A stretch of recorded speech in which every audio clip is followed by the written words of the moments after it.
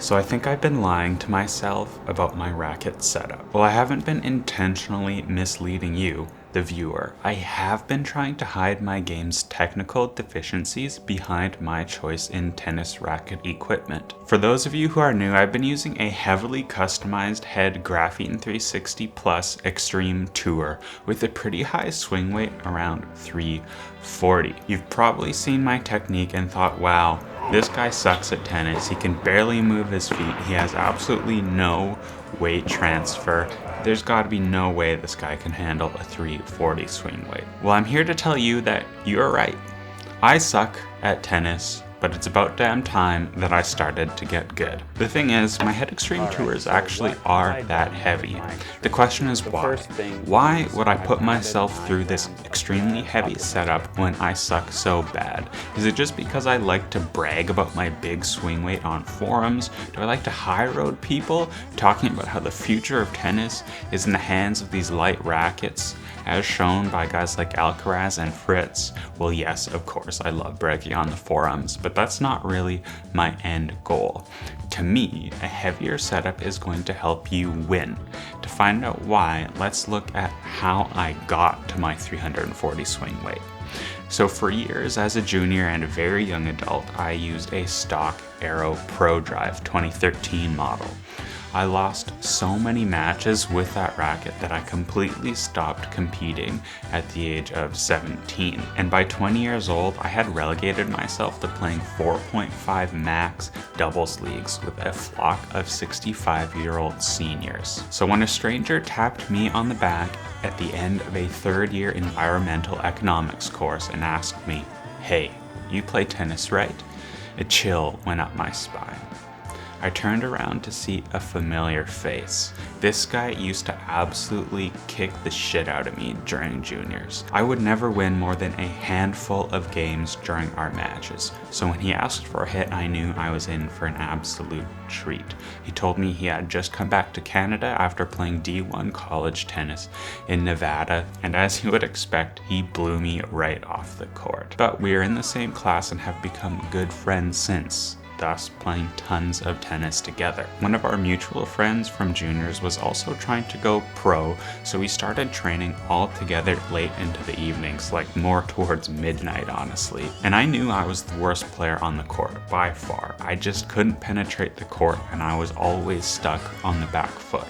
So with my Aero Pro Drives pushing 6 years old, I thought it might be time for something new, so I used my staff discount at Courtside Sports to buy two new Yonex V-Core SV95s, the Chapeau racket. That higher swing weight, the denser pattern, and the smaller head forced me to be way more active with my footwork. I couldn't just be the pusher that I always had been. I had to play real tennis. My friends told me they noticed a clear improvement in my game following this racket change. And no doubt over those couple of years since I switched to the SV95, I've gotten a lot better. But still, if you look at my footwork, it absolutely sucks. I have no weight transfer and my legs look completely asleep. So one day I was doom scrolling through Instagram and came across a reel made by the king himself, Patrick. He said, imagine you have a huge weight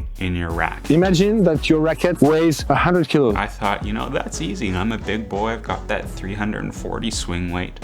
And he said, your body goes through. Let's give the permission to the upper body to follow the racket. A light bulb went off inside my head. These guys with the super light setups like Alcaraz, Rune, Fritz, and Wu, they have immense racket head speeds, but also that's bolstered by their crazy body weight transfers. They throw their entire body forward into every single shot. Now I think this is what I was using the high swing weight for. I was compensating for literally zero weight transfer by putting as much weight as I could in my hand. And the funny thing is, you all knew it too. You called me out a ton. So over the next few months, it's a goal for me to work on my game and to improve my tennis. Now, at 26 years old, seems like no better time to find the best tennis of my life. By summertime, I want to be competition ready. There are a few big tournaments in my area and I want to win them. There are 4 areas of my game that I'm gonna need to work on if I want to be at championship level. My physicality, my technique, my mentality, and of course, the whole point that this channel exists, I want to master my equipment. So with physicality, we need to address the elephant in the room. My cardio frankly sucks. Last night, I played a match. It was only an hour long against the scrawny little kid. He was like 90 pounds maybe, and I felt like I was gonna throw up. Number 2, I need more strength. I'm definitely not the strongest guy, as you've all seen my arms, but there are 3 main areas that I feel like are big weaknesses for me. Number 1, my ankles. I'm really scared of sliding on hard courts. I used to be a lot more confident, but I just don't feel like I have this explosivity and dancing footwork that you see like Alcaraz has. Obviously, I don't think I'm gonna get to that level, but I just feel like my ankle strength is really low and I can't push off with a lot of springiness. Next thing is my knees. Unfortunately, I have patellar tendonitis, so I think taking as much pressure off that joint as possible will go a long way. I think that's one of the main reasons I struggle with my knee bend. It feels like my knees are almost always in pain. So I want to strengthen my quads, the surrounding muscles and ligaments as much as I can, so I just don't have to worry about knee issues going forward and endurance throughout my legs. Number 3 is my shoulder. I've been serving a lot more than I usually have. You may notice that I actually show my serve in these videos now, whereas I used to just like rally. I've got this little bit of a pinching pain kind of. It's not in my rotator cuff, it's on the front. I've been doing some push-ups and that's helping, but pulling the racket up into this trophy position has been causing me pain, especially when I'm using my Extreme Tour. It's a bit heavier. The stock racket, I can go a bit longer. But I think it's just general upper body, chest, back, shoulders. They all need to be stronger so I can feel strong throughout a match. Next thing is my technique, and this is the thing that you all roast me, and rightfully so, the most. Keep roasting my technique. I know it sucks. The number 1 concern for me, frankly, is my weight transfer. I just don't feel like I'm stepping in very far on every single ground stroke. On serve, I also think my weight transfer could really be improved with a stronger knee bend and maybe a more exaggerated unit turn. You can see my legs don't kick back very much on my serve. And of course, all of this needs to be supported by much increased foot speeds, which hopefully will come as a product of my newly found physicality should I actually stick to this training plan. And the last thing is mental. Well, not the last thing. The second last thing is mental. So I don't think my mental toughness is that bad. I've been playing a lot of matches. I signed up for a league and I'm like pulling out these wins even when I feel like I'm about to throw up, so that's good. My thought is that if I keep playing these more matches, I'll get more used to concentrating on every single point.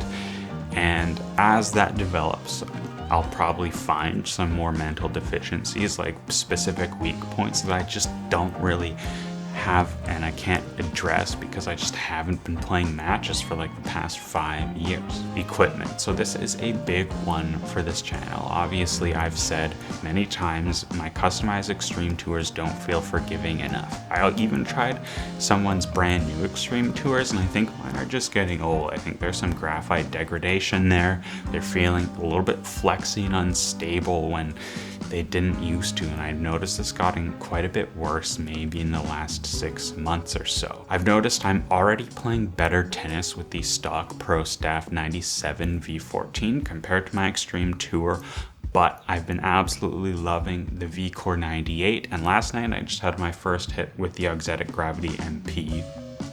I really liked. Huge spin window on that thing so I can get a lot of whip and top spin. But in general, what I just want is something that has more free power, something that helps me win those extra 2 or 3% of points when I'm on the defensive.